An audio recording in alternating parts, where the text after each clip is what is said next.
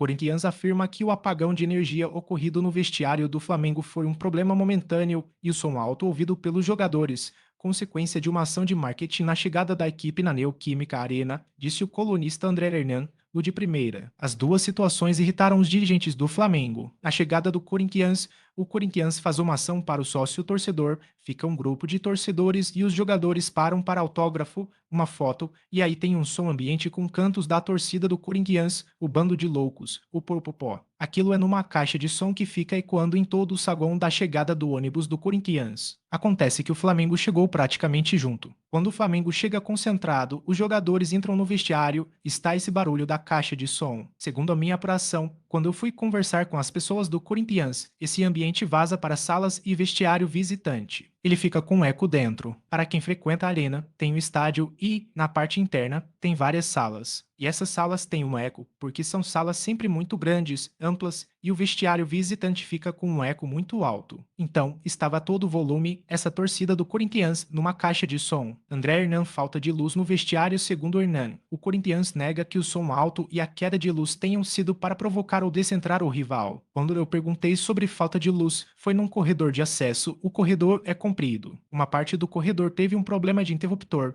que foi resolvido na mesma hora, segundo o Corinthians. A reclamação do Flamengo foi um pouco mais veemente, não só na entrevista do Brás, mas também alguns integrantes da comissão técnica, staff, assessoria de imprensa do Flamengo, um pouco até revoltados, acima do tom. Nunca vi um negócio desse, que absurdo. Ou, meu irmão, nunca vi nada disso. Pô, luz apagada, caixa de som lá no talo, brincadeira isso. Houve uma revolta por parte do Flamengo em relação a isso. Aí depois eu fui no Corinthians, e o Corinthians deu uma abafada, deu uma neutralizada na coisa. O argumento do Corinthians foi esse, o Flamengo chegou bem na hora que o Corinthians estava chegando e teve todo aquele evento. Não foi nada programado para rivalizar, ou para provocar, ou para tirar a concentração do Flamengo. Foi isso que me disseram e eu estou trazendo a informação. André Hernan PVC. Culpa da eliminação do Corinthians não é do Ramon Dias também no de primeira. PVC afirmou que Ramon Dias não é o principal culpado pela queda do Corinthians na Copa do Brasil. Para o colunista do OL, o Corinthians é o primeiro responsável pela própria eliminação,